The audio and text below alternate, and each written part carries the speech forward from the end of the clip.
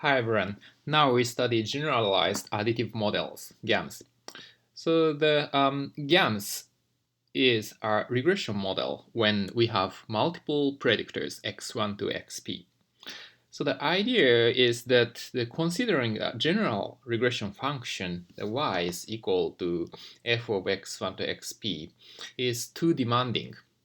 For example, this function can include interaction terms such as x1 times x2 or even x1 to the power a times square root of x2 or something. So this is too demanding. So that we restrict ourselves into this form.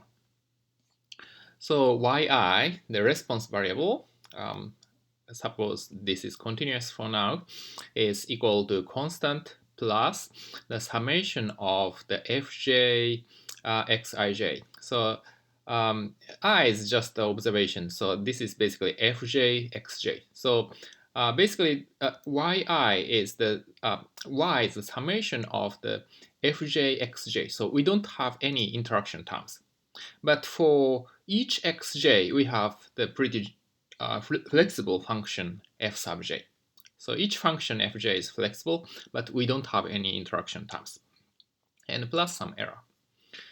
So if you write down this summation, then we have this.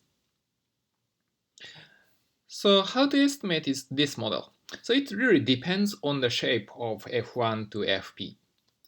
For example, if f1 is just a linear function of x1, for example, the polynomial regression, this f1 may be the polynomial function of x1, then coefficients are easily estimated by linear model. So sometimes this is more complicated function. For example, using smoothing spline, it has some hyperparameters. So this may need the more advanced technique to estimate it. But generally, the estimation of this really depends on the shape of f1 to fp.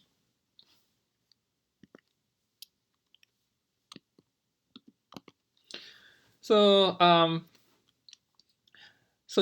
generalized additive models have the profile functions. So basically y is summation of fj xj. So it's meaningful to compare the y with each of fj xj.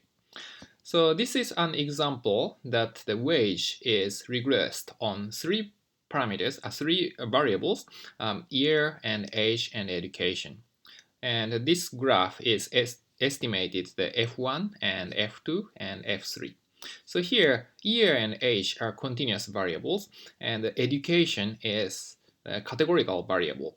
This is the less than high school, and the less than college degree, and the graduate work. So this is categorical. So you can see that this is the year and the wage, so relationship between wage and the year. And you can see that basically the year, we have some growth, wage growth throughout this period, 2003 to 2009. So if the wage is recorded in later years, then it's expected to have slightly higher value. And age has larger impact on this. So you can see the wage is higher when the age of the employee is between maybe 40 years old, maybe 35 years old to the 6 years old. But it's lower when the worker is younger or older. And the last one also have very significant effect. If the person have the higher degrees, then their wage is much higher. So this is estimated by least square with regression spline. So next one is almost the same, but the f1 and f2 and f3 are estimated by smoothing splines.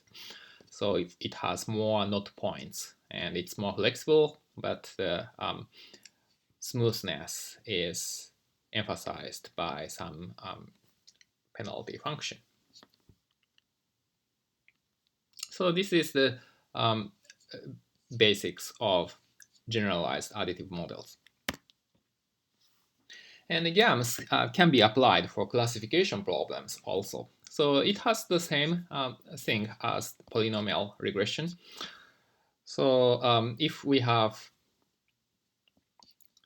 binary response y, and then we can think about probability of y is equal to 0. So we think this as the p of x. Suppose this probability depends on predictors x1 to xp. So x represents x1 to xp. Then you can represent this probability with this link function, logistic function.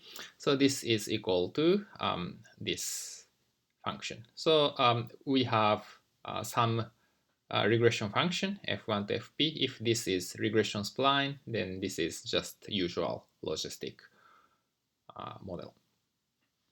Okay, so that's the summary of GAMS. So next we study the R implementation of GAMS.